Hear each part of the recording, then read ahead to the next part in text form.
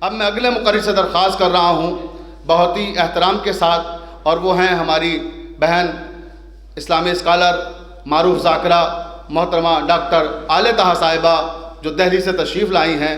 میں ان سے درخواست کروں گا کہ تشریف لائیں، وہ بھی اپنے خیالات کا اظہار فرمائیں. حاضرین جلسہ السلام علیکم. آج کا یہ سیمینار جو خیبر شکن اکیڈمی کے زیر اہتمام یہاں منعقد ہوا ہے، میں اس سیمینار کے صدر ریسپیکٹڈ پروفیسر فضل امام رضوی صاحب، پروفیسر خان محمد عاطف صاحب، فخر ملت اور میرے چھوٹے بھائی مولانا یاسوف عباس صاحب. اس سے پہلے مجھے ایک نام اور لینا چاہیے. جانشین خطیب اکبر مولانا مرزا اعجاز صاحب،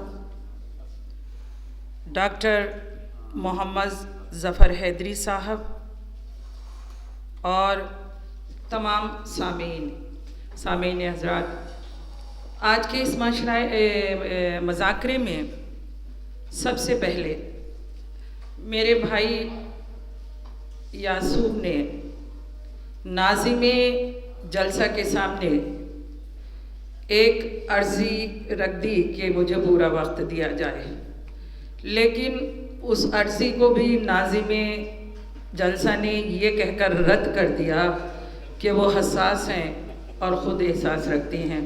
ٹھیک اسی طرح جس طرح آج کا انڈیا کا کورٹ NRC کے معاملے میں یہ کہہ کر دستبردار ہو گیا کہ MPR الگ ہے اور NRC الگ ہے. بہرحال حساس ہوں تبھی تو احساس جاگتے بھی ہیں. وہ چاہے کچھ بھی کہہ لے لیکن میں اپنا حق لے کر ہی یہاں سے جاؤں گی، اور انشاءاللہ میں نے اپنے مقالے کو نہایت اختصار کے ساتھ میں اپنے ساتھ لائی ہوں، لیکن اس کو اور مختصر کرتے ہوئے میں زیادہ وقت نہیں لوں گی. ہر سال یہی کہہ کر جاتی ہوں کہ میرے ساتھ یہ زیادتی مت کیا کریے، لیکن ہر سال یہ زیادتی ہوتی ہے. بہرحال اب مجھے عادت پڑ گئی ہے. میں یہاں آپ کی توجہ اپنے اس ٹاپک سے کرانا چاہوں گی، خطیب اکبر و خطیب العرفان کے علمی افادات. خطیب اکبر مرزا محمد اطہر صاحب، جس کو میں نے اپنی ذاکری کے آغاز سے لے کر وفات خطیب اکبر تک کبھی سوائے پاپا کے کہہ کر اور کوئی لفظ استعمال نہیں کیا، اور یہی وجہ ہے کہ آج وہ جذبات مجھے ان کی برسی پر کسی نہ کسی پروگرام میں لکھنؤ آنے پر مجبور کر دیتے ہیں.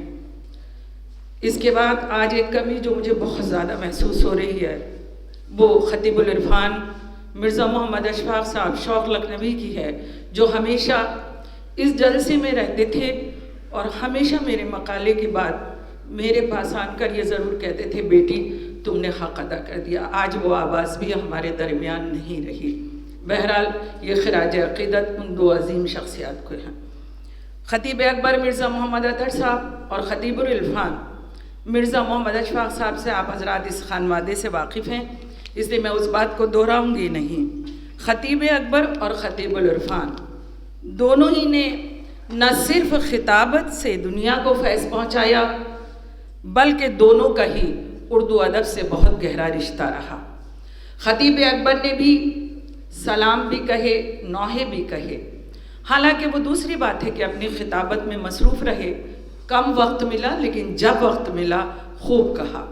لیکن خطیب العرفان جنہوں نے شعر گوئی میں کافی وقت خرچ کیا، یہی وجہ ہے کہ ان کی بہت سی کتابیں سلام شوق جو سلاموں کا مجموعہ ہے، صلاح، اور اس کے علاوہ چراغاں جو قصائد اور منقبت شاعری کا مجموعہ ہے، اور تذکرہ شعراء اہل بیت جس میں تمام شعراء کا تذکرہ ہے جو منظر عام پر ہیں. آپ حضرات اس سے فیض سکتے ہیں. خطیب اکبر ہوں یا خطیب العرفان، دونوں ہی عظیم شخصیات اردو اور فارسی کے ماہر تھے. دونوں کو دونوں زبانوں پر عبور حاصل تھا. خطیب اکبر کے علم کا تو یہ عالم تھا کہ ان کی گفتگو سے لوگ لکھنؤ کے تہذیب و تمدن اور گزرے ہوئے علماء، شعراء، خطیب اور دیگر علوم و فنون کے ماہرین کی زندگی سے آشنا ہوتے تھے۔ بہت سے ایسے تھے کہ جن کو خطیب اکبر نے خود دیکھا تھا، جیسے میر انیس کے پوتے، مرزا دبیر کے پوتے، اور جس کا انہوں نے ذکر بھی کیا وہ کس شکل میں کہ اپنی وفات سے 1 سال قبل اپنے خالہ زاد بھائی محسن علی صاحب سے کچھ لکھوایا۔ خطیب اکبر کی علمی لیاقت، اور میں کیا بیان کروں، میرے لیے، مجھ جیسے جاہل کے لیے ریئلی امپاسبل ہے، لیکن جو میں نے محسوس کیا، جو تقریر میں تیز بیانی، فضائل سے مصائب کا سلسلہ ایک ہی جملے میں طے ہو جاتا تھا، جیسے برق دل کے تاروں سے گزر جائے، ہے حلقہ یاراں تو بریشم کی طرح نرم، رزم حق و باطل ہو تو فولاد ہے اتھر۔ اگر علم افادات کی بات کریں تو علمی لیاقت کی سب سے بڑی خوبی یہ ہوتی ہے کہ کیا یہ بات عام پلیٹ فارم تک پہنچ رہی ہے، عام ذہنوں تک پہنچ رہی ہے، لوگ اس کو سمجھ رہے ہیں۔ اس چیز کو اگر لیا جائے تو 100% کامیابی خطیب اکبر کی خطابت میں نظر آتی ہے، اور اس کی وجہ خطیب اکبر کی سادہ زبان، آسان زبان، جس کے ذریعے آپ کا علم، آپ کا پیغام عام ذہنوں، بلکہ یوں کہوں کہ ہر کس و ناکس تک پہنچا۔ آپ کے وہ خود کہتے تھے، ایک مجلس میں آپ نے خود کہا تھا کہ میں اپنی خطابت میں سادہ زبان کا استعمال صرف اس لیے کرتا ہوں کہ تاکہ بچے بھی میری بات سمجھ جائیں۔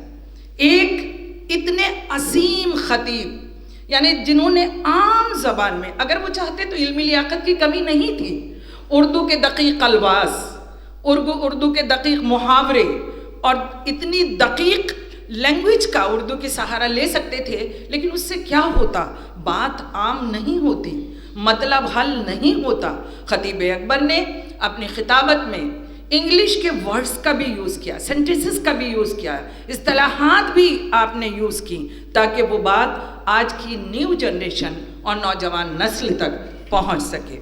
ان کی علمی لیاقت کے دائرے میں انسانی زندگی کے اہم گوشے، جس میں عشق خدا اور رسول و اہل بیت، خوف خدا، محبت کر کے روزی روٹی کمانے کا درس، حقوق انسانی کی ادائیگی نظر آتی ہے۔ ایک ایک جملہ قرآن و حدیث کا سنگم نظر آتا ہے۔ اخلاقیات و سماجیات سے بھرے ہوئے جملے ان کی خطابت کا ایک حصہ تھے۔ تقاریر میں ظرافت کا بھی پہلو ہوتا تھا، لیکن حدود کی پابندی میں یقین رکھتے تھے۔ اور ایک مرتبہ ایک مجلس میں آپ نے یہ بھی فرمایا، اللہ نے مجھے یہ خوبی عطا کی ہے کہ میں سامنے آنے والے شخص کو دیکھ کر یہ بتا سکتا ہوں کہ وہ کس غرض سے میرے پاس آ رہا ہے۔ یہ خوبی خطیب اکبر تھی۔ جب ان کے ابتدائی ایام تھے اور جب وہ عروج پر تھے، انہوں نے مزاج بالکل نہ بدلا۔ یہ اعلیٰ ظرف کی دلیل ہے۔ ان میں ایک بہت بڑی خوبی جو میں آپ حضرات کے درمیان عرض کروں گی، اور جو شاید میں نے بھی محسوس کی ہے، میں عام نہیں کہہ رہی ہوں، لیکن حقیقتاً کافی پرسنٹیج تک یہ ہے کہ اپنے جونیئرز کو پروموٹ کرنے کا جذبہ خصوصی طور پر نہیں ہوتا، لیکن خطیب اکبر میں ایک بڑی خوبی یہ تھی کہ وہ اپنے جونیئرز کو پروموٹ کرتے تھے۔ ان کی طرز ادا، ان کی فصاحت و بلاغت، اس کے لیے میں یہاں پر کہنا چاہوں گی کہ میں نے تکمیل کو پہنچائے فصاحت کے اصول، میں نے تکمیل کو پہنچائے فصاحت کے اصول، میری ترمیم کا محتاج میری ترمیم کا محتاج ہر افسانہ رہا۔ سادہ زبان میں دشمن کے کسی بھی وار کو روز مرہ کے مثالوں کے ذریعے سمجھا کر رد کرنے کا ہنر خطیب اکبر میں موجود تھا۔ آپ حضرات لکھنؤ والے، آپ حضرات زیادہ واقف ہیں، اور ہر بچہ بزرگ جاہل عالم یہ سن کر یہ کہتے ہوئے اٹھتا تھا کہ یہ تو سامنے کی بات ہے، ایسا محسوس ہر سننے والے کو ہوتا تھا۔ یہی وجہ ہے کہ جب شیعت کے خلاف تکفیری سیلاب وہابی حکومتوں کی سرپرستی میں اٹھا تھا تو اس کا دندہ شکن جواب دینے کے لیے ہر نگاہ خطیب اکبر کو ڈھونڈتی تھی، اور جب آپ منبر پر آ جاتے تھے، لب کشا ہوتے تھے، تو ایسا لگتا تھا کہ دشمنان آل محمد نے ایک ریت کا گھروندہ بنایا تھا جو فضائل آل محمد کے سیلاب نے چشم زدن میں تباہ کر دیا۔ مناظرہ، باغ فدق، بدر و احد، خیبر و خندق، صفین و نہروان، رسم عزاداری، قرآن و اہل بیت و انسانیت، یعنی ہر لوگوں نے مراسم عزاداری، ہر ٹاپک پر آواز اٹھائی اور سینہ سپر رہے۔ اخباریت کا جب آپ شوشہ بلند ہوا تو آپ نے مرجعیت اور تقلید کی اہمیت سے لوگوں کو روشناس کرایا۔ ہر لڑائی خطیب اکبر نے ہنس ہنس کر لڑی، یہ آپ کی خطابت کا انداز تھا۔ آپ اس بات پر میں خصوصی توجہ آپ حضرات کے چاہوں گی، آپ خود کہتے تھے، دیکھیں جو نکتے خطیب، ایک عظیم خطیب پوری دنیا کو دے گیا، اس میں ایک عظیم نکتہ جو میں نے خطیب اکبر کی زندگی میں دیکھا، آپ خود کہتے ہیں کہ مناظرے کا موقع آئے تو اپنے مخالف کو اعتراض کرنے کا موقع مت دو، بلکہ اس سے پہلے آپ اس پر اعتراض کر دو تاکہ وہ جواب میں الجھ جائے، تب آپ بحث کیجئے، انشاءاللہ آپ کامیاب رہیں گے۔ یہ نکتے ایک بہترین خطیب کے تھے۔ انتہائی انتظامی صلاحیت خطیب اکبر میں تھی۔ 1982-83 میں خطیب اکبر دبئی میں مجلس کو خطاب کر رہے تھے۔ کویت والوں نے جب سنا کہ خطیب اکبر دبئی میں تشریف رکھتے ہیں، کویت والوں کا پیغام پہنچا، خطیب اکبر نے قبول کیا، دبئی کویت پہنچے اور آپ نے آیہ معدت سے اپنی مجلس کو یہ کہہ کر شروع کیا کہ میں کویت والوں کے لیے محبت کا پیغام لے کر آیا ہوں۔ ابھی آپ خطاب کر رہے تھے مجالس کو کہ کوئی پاکستانی انجمن تھی، اس نے 5 مجلسوں کو اسپانسر کیا، آپ نے پھر اسی آیت پر 5 مجلسیں پڑھی، ابھی وہ 5 پوری نہیں ہونے پائی تھی، کسی اور تنظیم نے مجالس کو اسپانسر کیا، آپ نے پھر اسی آیت کو لے کر مجلس پڑھی، یہاں تک کہ آپ نے کویت میں 25 مجالس اس آیت کو لے کر پڑھی، اور ہر آدمی یہ کہہ کر اٹھا کہ اس سے بہتر مجالس ہو نہیں سکتی۔ ان کی خطابت میں ابتدائی اور آخری کڑیاں آپس میں مربوط رہتی تھیں۔ قوت حافظہ اللہ اللہ، کتابوں کے نام، مصنفین کے نام، کتابوں کے نام صفحات نمبر کے ساتھ 9 کے زباں پر تھے۔ بہت زیادہ وقت نہیں لوں گی بس اب، لیکن اپنی بات تھوڑی سی اور میں کہنا چاہوں گی کہ ایک سیمینار میں موجود تھی، ابھی میں 2 دن کی کانفرنس حیدرآباد میں گئی، میرا ٹاپک تھا the role of women in development of community. اس میں بھی میں نے خطیب اکبر کی جو مثال ظاہر باتیں پیش کی، تو خدا کا شکر ہے کہ وہاں لوگ گدگد ہو گئے، بہت بڑا اچھی کانفرنس وہاں پر ہوئی۔